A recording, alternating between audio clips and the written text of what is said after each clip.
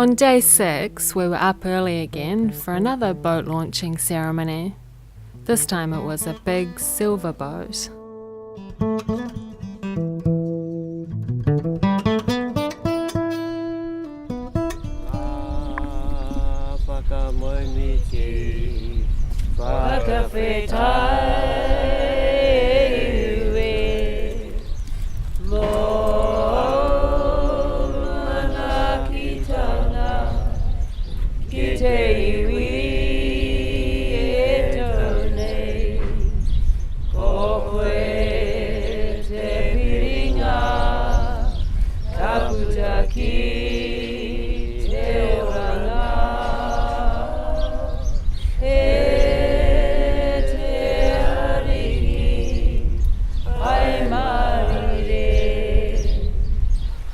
Arera tēnei rā te mihi ati kia koe, Wahine Moe. Ko tapaina mai tēnā ingoa kia kirunga kia koe. Ai whakamahu maharatanga anō ki tō tātai mau ngai tūne. Arera haere mai. Ko ti anō tō koraua ia huti te mihi ati kia koe. Haere mai ai koe I te tai tama wahine. Ko tai mai nei koe ki tēnei taha ki tei tamatān. Haere mai, me ngā tāonga kotoka I runga I a koe. Tēnei ko tai mai koe ki ēnei wai. Ngā wai whakatere waka o ngā mātu ngā tūpuna ki whai nganoa ne. Haere mai ki te maunga e tūnei ki karioi. Te moane hora nei. Te ngukuru nei te au, te pō, whaingaroa. Haere mai ki ngā iwi, o te kāinga nei. Haere tēnei rā ti inoi te kia koe kia kō taurai te wāhingaro. Mā ko te tunu rā, hei mga mana mai. Tutiro whiti whakamaua kia tīna. Tīna. Aumi e, hui e. Tai.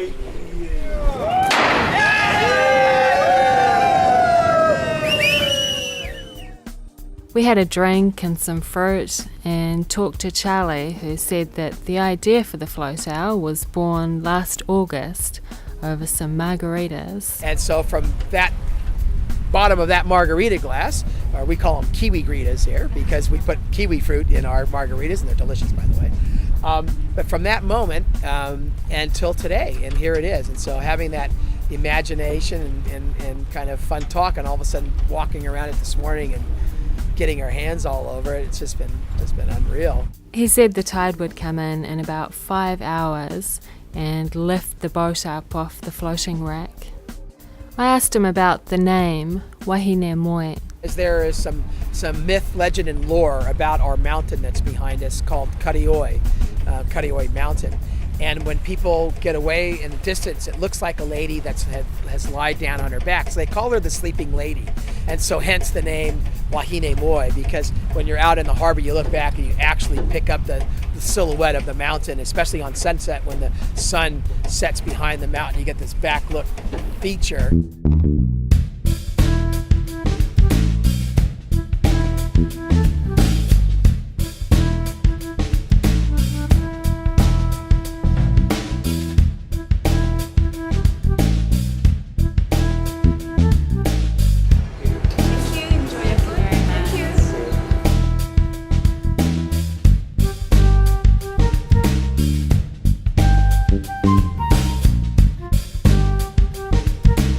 I bought a postcard at the information centre in Raglan and posted it to the United States.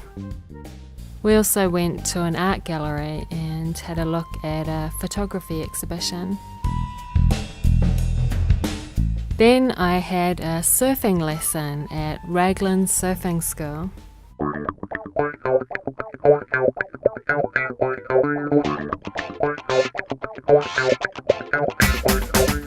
The surfboard you guys will be riding are called soft tops. They are for learners only. So as a learner, if you slip or you fall off, the board flows forward and it hits somebody else, no damage is done to them.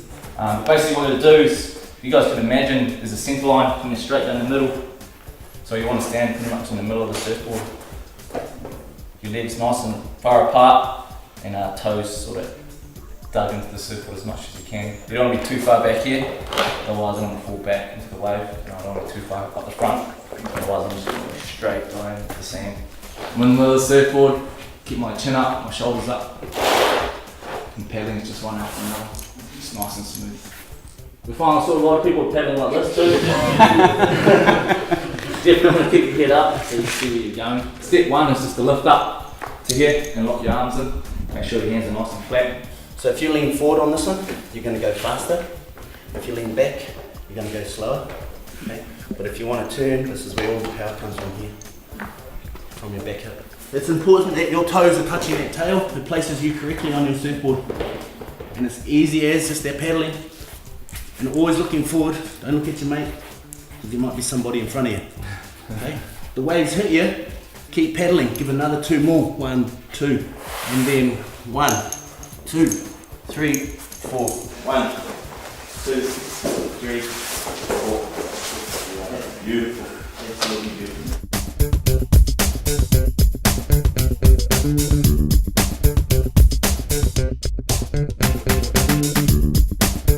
Okay, you're going to have such a laugh doing that, you're going to fall off loads of times and it's going to be all on camera and it's going to be great crack. But we are going into the ocean, so you do have to remember that there is an element of danger and we're here to teach you how to surf, but we're also here to keep you safe. So have a look out, make sure there's not big breakers right on the shore, heavy shore break, and then pick another spot where the waves are crumbling towards shore, nice and easy. That's where you want to learn how to surf, and we'll pick that spot for you today.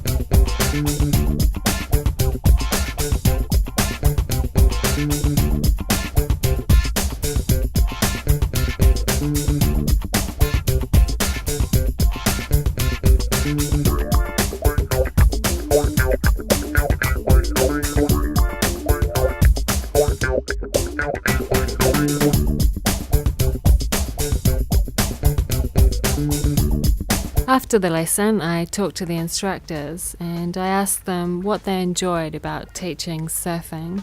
To be honest, it sounds corny, and Hemi will back me up, it's true. When you see people standing up for the first time and just laughing their heads off, you have a good crack with them. You have great fun, and it's like that makes it all worthwhile, you know. If you have a lesson and everyone stands up, you actually do feel good after it. You get a buzz off it. So that keeps you pretty much hooked on it. So and it gives you the lifestyle as well. You get to work on the beach every day, so it could be a lot worse. The same thing for me is actually watching somebody smile. I think the natural adrenaline smile is the most pure smile that I can ever get a rush off. And just to see their face light up, just tackling nature itself, you know. And I think that's a great buzz for me. Yeah, I love, I suppose, bringing people that have never surfed or people that have never seen the ocean before and taking them surfing, you know, and actually seeing them stand up and a big smile on their face and surfing the wave all the beach, you know, and they've achieved something pretty big. I mean, that's what keeps me happy. I mean, I've surfed all my life, but seeing someone that's never been in the ocean or never seen the ocean, never surfed before, it's a really good buzz to see them actually stand up and go along. Hemi was born and bred in Raglan and said the surf here is more consistent than in other places in New Zealand. Our beaches are everyday surf. If you go to the east coast, you have to wait for storms, you have to wait for the isobars to come up that side. On the west coast, they're here all the time, always waves here. If it's not here, there's only a 20-minute drive around the mountain, Mount Karioi, and there's huge waves around there all the time as well. Chris is from Gisborne on the other side of the North Island.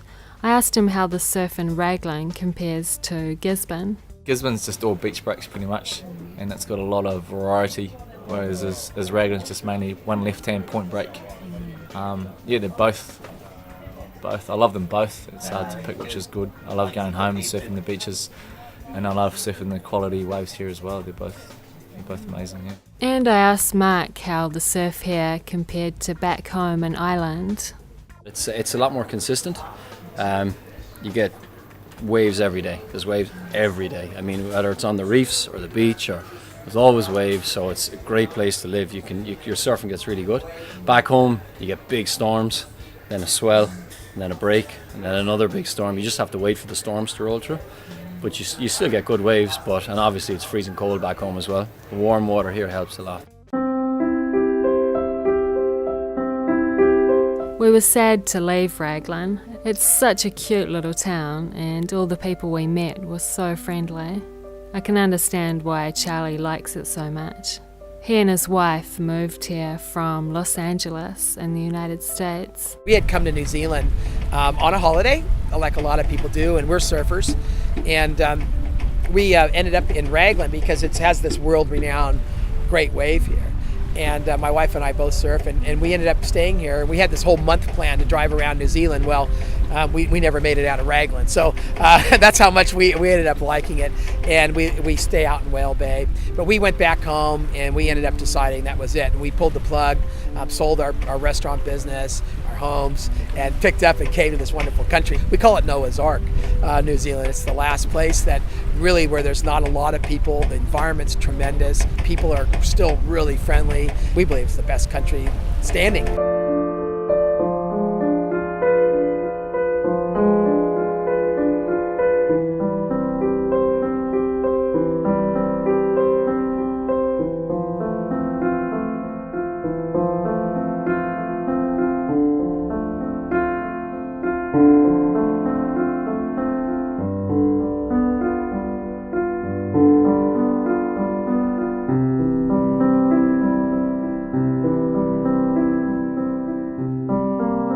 We stopped in Otorohanga for some diesel, and we saw a giant buzzy bee.